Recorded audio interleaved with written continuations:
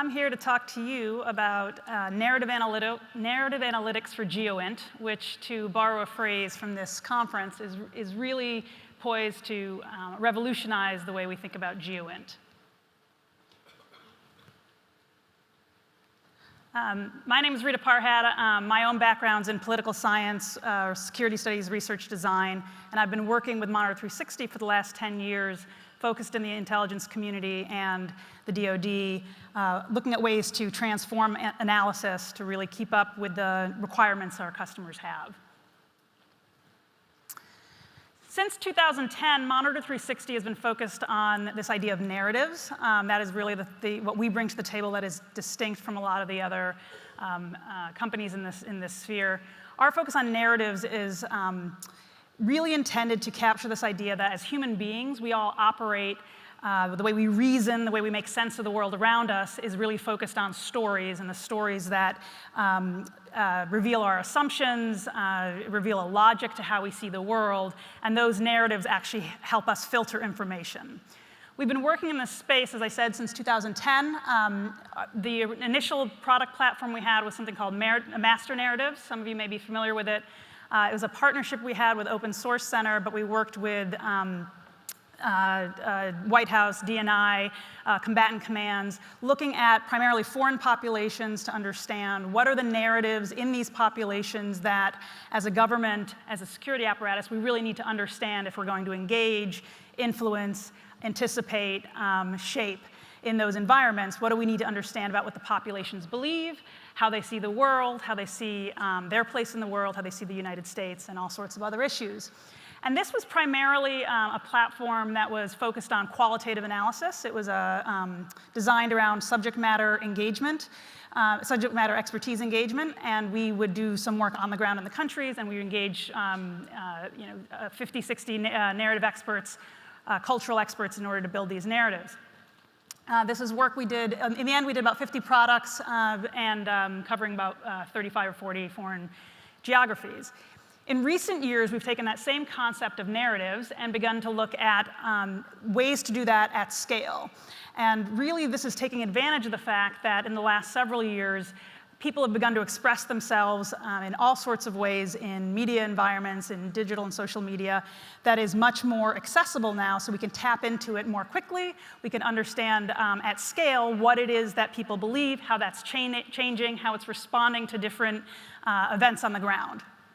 So this is work we've been doing, again, in the intelligence community and with some other customers in the government, in addition to doing a lot of work in the private sector in this space as well.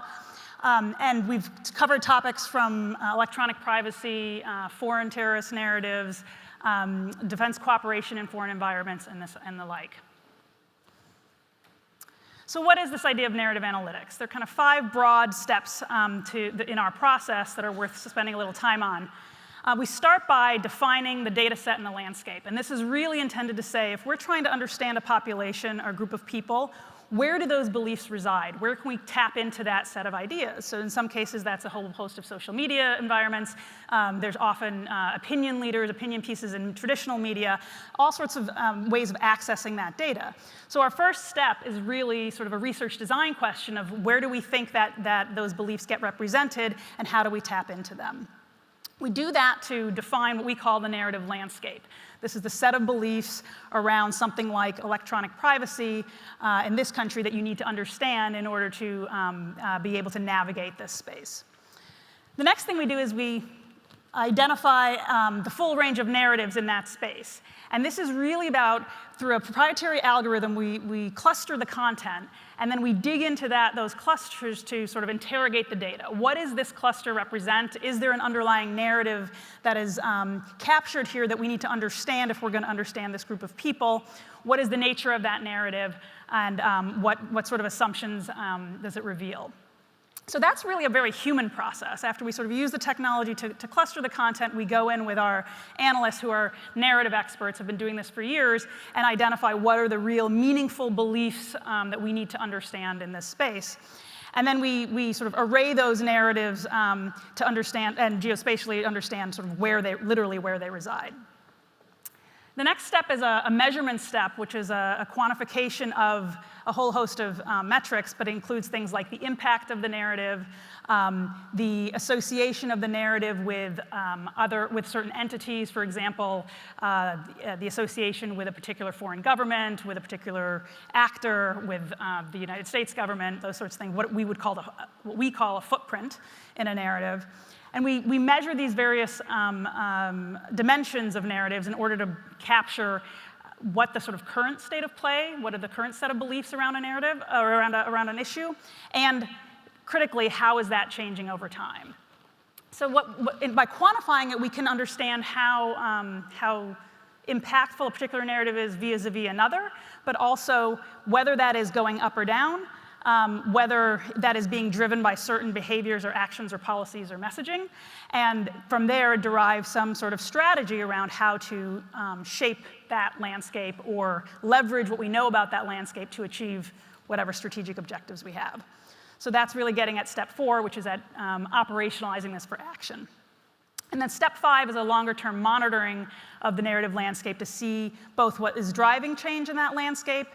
If we or a client is trying to influence that, what do they need to understand about what's working and what's not working in order to refine a strategy and tactics on that. So let me show you what this looks like in the geospatial realm. This is an example of some work we did. It draws on some work we did several years ago when we were looking at the narratives in Yemen and trying to understand what are the different narratives in that population that we would need to understand from a security perspective. And we took those same narratives and we said, what if we could map those, because now we have the technology to actually understand geospatially where they reside, in which groups are they most prevalent, and importantly, how is that moving over time. So this is an example of some narratives in Yemen. It includes 3 of the dozen or so that we identified at the time. One, if you look at some of the examples, one is around immutable tribal law. This is a narrative about the dominance or the primary role in society of tribal law, and that is actually how we can maintain independence. There's another narrative around US influence and the negative impact that it has had in the region. And then a third narrative here around the justice of rebellion, sort of feeding this idea that there's justice in rebelling against current authorities. And if we look at this over time and we look at it sort of post a particularly important event, for example, in this case, the start of Saudi bombing in March 2015, we'd see a change in the impact of these narratives in that landscape. We'd see movement. We see narratives being expressed in places they weren't expressed before. We would see relative impact increasing or decreasing. And we'd see things like the anti-US narrative kind of spiking and surging. And then we'd be able to measure over time if that is actually an enduring change or sort of a flash-in-the-pan response that eventually comes back down to baseline. So what does all this give us? The idea of applying narrative analytics to GEOINT is that we can get open source data, we tap into open source data, drive quantified measures of the importance of people's beliefs and how those are changing over time, and can monitor that to get a sense of cause and effect of what's driving it and what it is driving. And then most importantly, the reason that's valuable for our customers is that it actually allows us to understand the people who are driving the decisions and outcomes that ultimately impact the intelligence questions our customers are trying to answer. So that is really about things like understanding potential for violence, political instability, migration, or any number of customer questions that would be informed by better understanding the beliefs of populations.